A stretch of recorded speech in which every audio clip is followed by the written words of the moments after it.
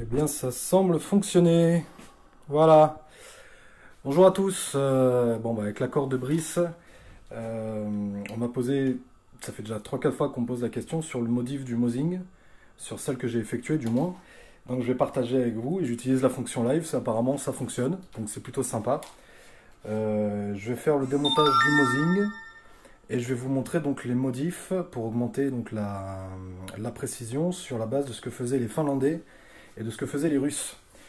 Donc, on va procéder au démontage et en même temps, s'il y a des questions, dans le fil, je vais pouvoir y répondre. Et puis, je pense que la vidéo sera publiée de toute façon dans les archives. Hop. Alors, on va se poser sur le support. Et puis, on va effectuer donc le démontage du Mosing. En sécurité. Hop. Voilà. Bon, c'est bien, c'est une première. En tout cas, on sait que le live fonctionne. Pour vous montrer un peu le principe, je vais commencer par le plus simple. Hop.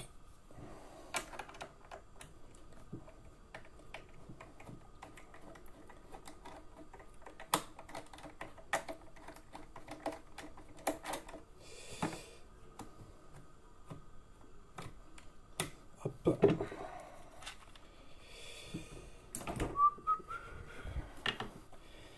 Donc vraiment, j'insiste, c'est une optimisation à vraiment, vraiment, vraiment grand max 2-3 euros quoi. Donc déjà que le Mosin est low cost, si on peut augmenter sa précision, on va pas se priver. Hop, voilà. Donc, le premier des détails, voilà, vous avez ici les deux petites plaquettes, tout simplement. Il y a des kits vendus sur eBay, mais bon, c'est pas si difficile que ça à fabriquer avec une bonne perceuse à colonne et une plaque Galva ou acier de 0,8. Alors, de 0,6 à 1,2, ça marche, hein. Il suffit juste donc de se faire un patron avec les embrèvements ici et là, de bien découper pour le passage de la gâchette et de venir se placer donc de ce côté-là entre le magasin et le bois. On a la même chose de l'autre côté. On a la même chose, hop, entre l'action et le bois. Donc ça, c'est la première partie à effectuer. C'est la première partie à effectuer. Puis comme un con, j'ai dévissé mes vis sans faire sauter les grenadières. Bravo.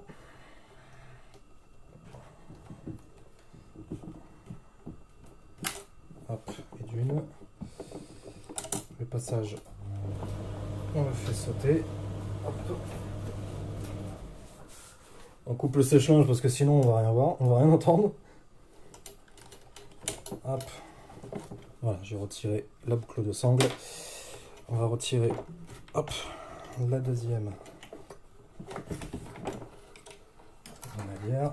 Voilà. Bon, alors du coup, à cette étape, j'en profite pour vous montrer un petit peu ce qui va être en fait la deuxième étape pour la modification du Mosin. C'est que le bois est travaillé.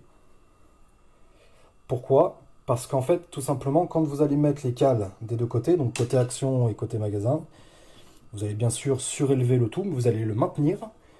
Et du coup, votre canon va toucher par endroits le bois. Donc le but du jeu, c'est de le travailler, le bois, pour le rendre flottant, le canon.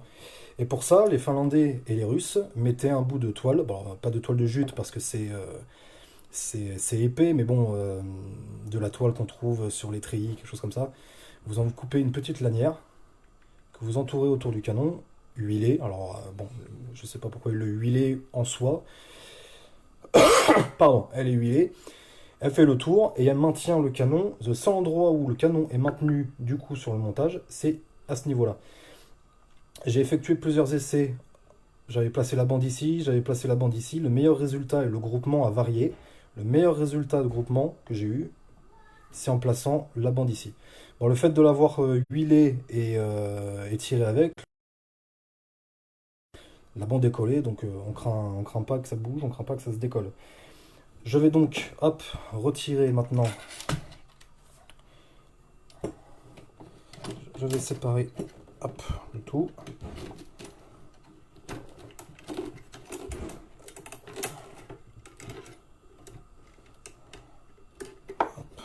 Voilà. Qu'est-ce qui m'embête là? Bah oui, c'est normal, j'ai pas retiré la tige de nettoyage. Voilà. Et vous avez donc un visuel ici sur ce qu'il faut faire.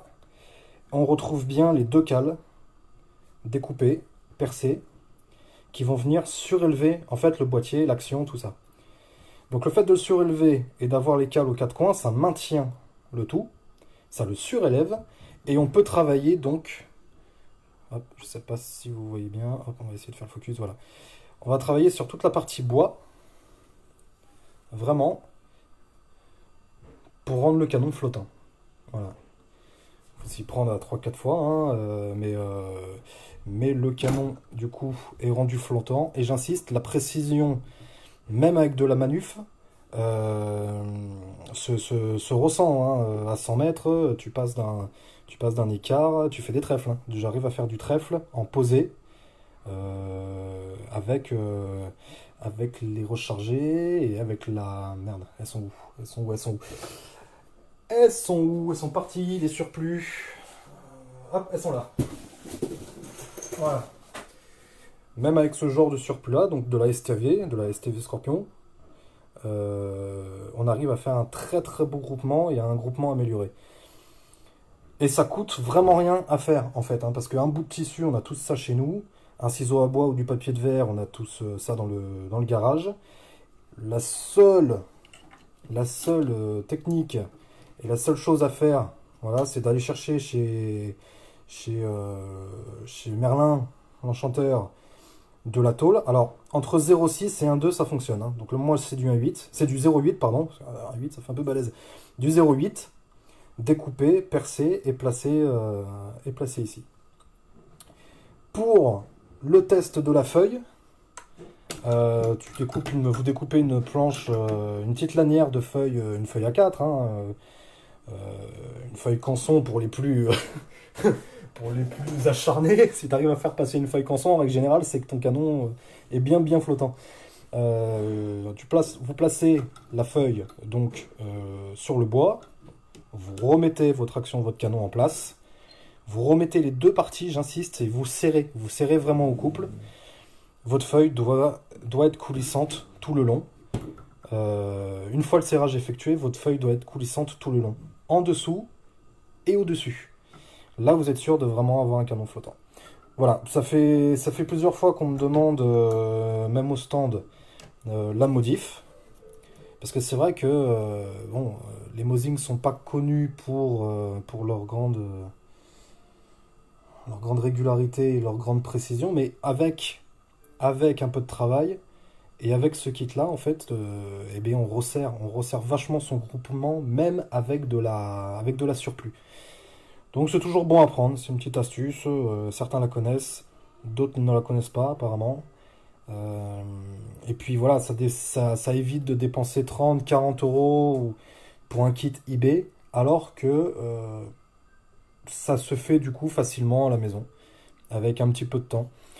Pour ceux qui n'ont pas de perceuse à colonne, eh bien, faites un patron en carton, gardez la planche complète, percez vos trous avant découpe. Et puis après, voilà, l'arrondi, même si on n'a pas vraiment de meuleuse ou quelque chose, un touré, meuleuse, ça se fait. Hein. J'ai un collègue qui l'a fait à la pierre à affûter. Il n'avait rien du tout et il y a été à la pierre à affûter pour faire l'arrondi correctement. Voilà.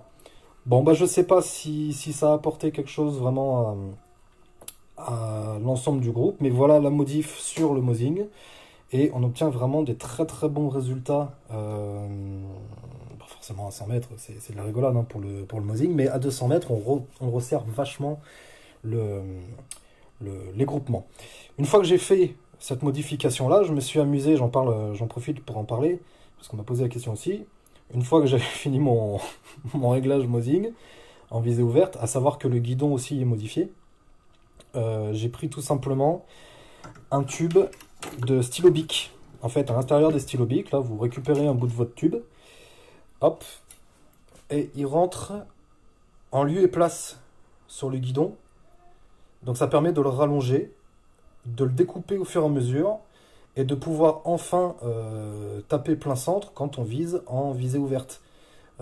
50 mètres, 100 mètres, on est dedans. Bon, après, le 200 mètres, c'est du tard, hein. Donc, c'est les aptitudes du tireur qui font la différence après. Mais je veux dire, le Mosin est connu pour tirer très haut, hormis si on place la baïonnette. Et bien, ce petit montage, cette petite astuce-là permet de viser plein centre, de ne pas modifier, comme j'ai vu sur certains, la hausse, qui creusait en dessous des hausses, et de garder en fait son ensemble complet. Bon, une fois que j'ai fait ça, je me suis amusé à mettre cet ensemble-là, une lunette scout, à savoir qu'en fait, une fois que vous avez fait sortir vos goupilles sur le canon d'origine, votre bloc hausse sort complètement, et sous le bloc hausse, vous avez, je ne sais pas si vous le voyez ici, vous avez d'origine un rail de 11. En fait, tout simplement. C'est un rail de 11. Il faut prendre des colliers moyens quand même pour pouvoir passer par-dessus le guidon, sinon on le voit dans la lunette. Et pour l'immobiliser, eh bien tout simplement, j'ai percé les colliers en prenant comme guide le trou de goupille le plus proche de la culasse. Voilà. Ça permet, je ne sais pas si vous voyez, hop, si je l'aligne c'est un peu mieux, ça permet d'immobiliser en fait l'ensemble parce que j'ai pris deux trois fois la lunette dans la tronche en tirant. C'est pas vraiment agréable au stand. Voilà. Ça secoue pas mal en Mosin, hein, donc il faut l'immobiliser comme ça avec une goupille coupée, insérée. Et là, ça bouge pas. Voilà. Donc voilà pour ma petite participation au groupe. Je pense que cette petite modif, ça vaut 2 fois rien. Ça améliore grandement la précision du Mosin. Et ça permet d'aller un petit peu plus loin, de ne pas être dégoûté de suite du Mosin. J'en ai vu au stand là, qui râlait parce que ça tirait trop haut, parce qu'il tirait dans la butte, machin. Bon, après plusieurs heures de réglage, ce qui a été le plus intéressant, vraiment, c'était de chercher, on va dire, le sweet spot, on va dire, pour le chiffon. Voilà, parce que l'emplacement du chiffon fait varier la précision. Voilà, merci à tous. Donc du coup, je suis content. J'ai inauguré une fonction du groupe, on ne savait pas. J'espère avoir été intéressant sur le sujet. Et puis je vous dis à bientôt sur les pas. Bonne journée à tous.